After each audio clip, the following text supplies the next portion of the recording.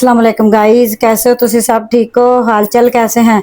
अगर मेरे चैनल ते नए हो तो सब्सक्राइब कर दें, शेयर कर दें ताकि मेरी हर वीडियो का नोटिफिकेशन तुहानू मिलता रहे। अज आप बनाने लगे हैं वाइट कौरमा चिकन। ठीक है, ओदी तुहानू रेसिपी दसते हैं। चलो जी वीडियो स्टार्ट करते हैं। सोने अल्लाह का नाम लैके, सच्चे रब का नाम लैके। चलो जी देखो आप ऑयल पाता कढ़ाई दे विच। ऑयल पा के आप खड़े मसाले सटते हैं। ठीक है, सारे कालिया मिर्चा है, जवैत्री है, 4 इलायची है मेरी। ठीक है, तो ये आप हुण थोड़ी जी कड़कानी है।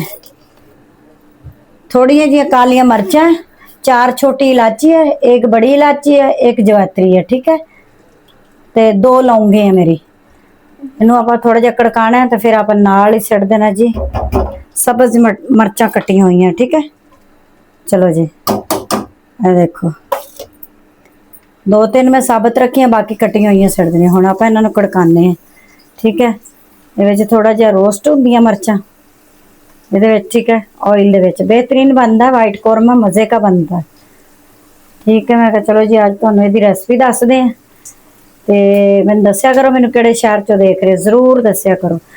ठीक है, अगर तुहानूं मेरी रेसिपी अच्छी लगती है तो जरूर दस्सिया करो ताकि मैं तुहाडे वास्ते नवीं नवीं रेसिपियां लैके आऊँगा। फिर ज़्यादा तो ज़्यादा मेरी रेसिपी शेयर करियो, तुहाडी सपोर्ट नाल ही मैं अगे वधना है। ठीक है, चलो जी प्याज अपने इस टाइम मिर्चा अपन हो गई हैं। चलो जी हुण आपां सट देने प्याज। ठीक है, अच्छा प्याज मेरे 2 हैं। ठीक है, इन्होंने मैं चॉप कर लिया, दरमियाने साइज है, बड़े बहुत बड़े नहीं है, दरमियाने हैं।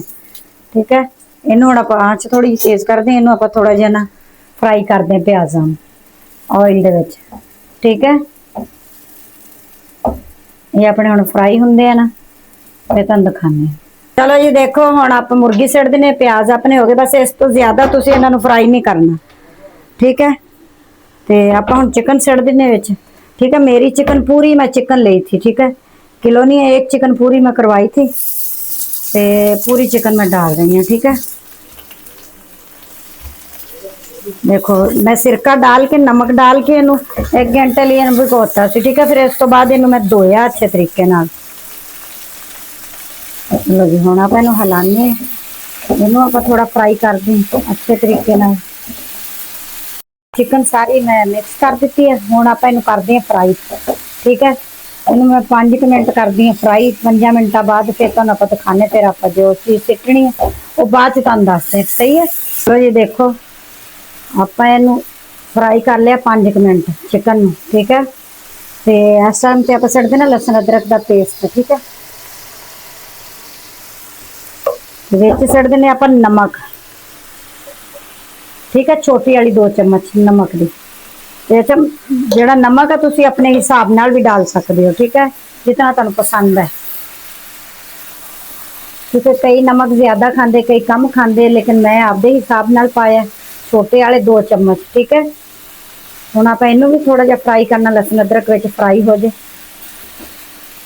सही है, चलो जी देखो चिकन ते अपनी अदरक लहसुन भी जड़ा ना वो भी विच भुज भुजा गया। हुण आप इस टाइम तक दही शामिल कर देनी। अच्छा मैं इतना बाउल लिया दही का, तो दही शामिल कर देनी। हुण अपना वाइट कौरमा बन रहा बेहतरीन तो मज़ेदार। हुण तुहानूं होटलों च जाने की जरूरत, तुसीं घर बना के खा सकते हो। सही है ना, हर चीज़ तुसीं होटल तरह बना सकते हो। आप हुण इनू थोड़ा जिहा भुनना, भुन के तो फिर आप थोड़ा जिहा इहदे च ना पानी पा देना। पानी थोड़ा जिहा पा के तो ढक्कन दे देंगे, मुर्गी अपनी गल जाएगी। ठीक है जी, आप हुण दे देने ढक्कन। ठीक है, थोड़ा जिहा पाने पानी, थोड़ा जिहा, चल ज़्यादा नहीं, आप ढक्कन दे देना हुण। ठीक है, आप इनू ना 5-10 मिनट मैं ढक्कन दे दिनी है, गलदा है फिर आके मिलते तुहानूं। देखो आप काजू लै लिया तो बादाम लै लिया। ठीक है, काजू मैं थोड़ा जिहा ना उबाल लिया सी पानी विच ताकि नरम हो जाए। आप इहदा पेस्ट बनाना ना विच पाने वास्ते।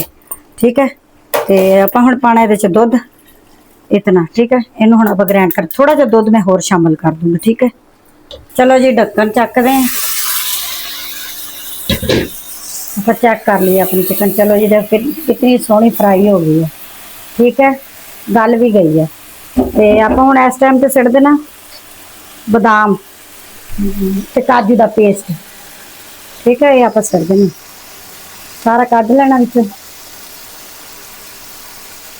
सारा, इस साइड तो भी। चलो जी, सारा निकल गया। हम हिलाने अच्छे तरीके में, आँच हल्की कर दें। हम इन्हूं आपां हल्की आँच ते भुनदे हैं। सही है,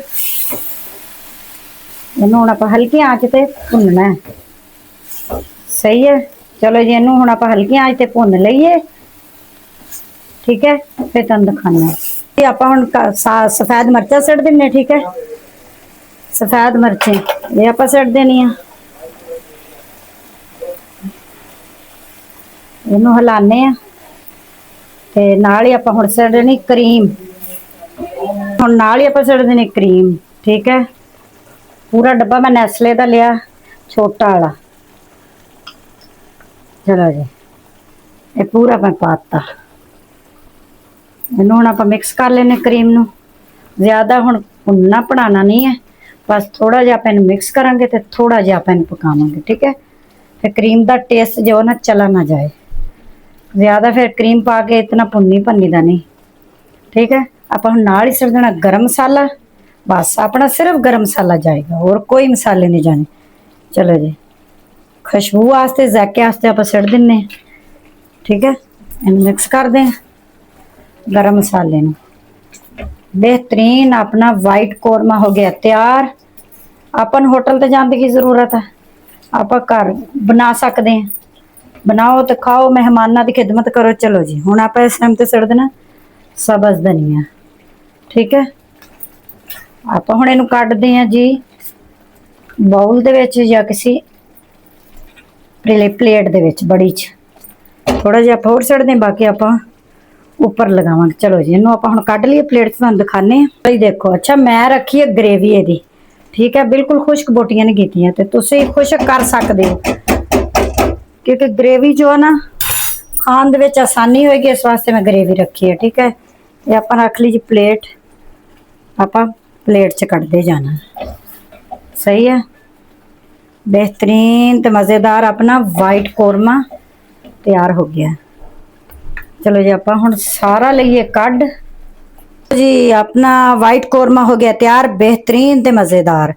तो मेरी वीडियो अगर अच्छी लगती, तुहानूं पसंद है तो ज़्यादा शेयर करिया करो, लाइक भी करिया करो। ठीक है, मैनूं दो इजाज़त, अल्लाह हाफिज़।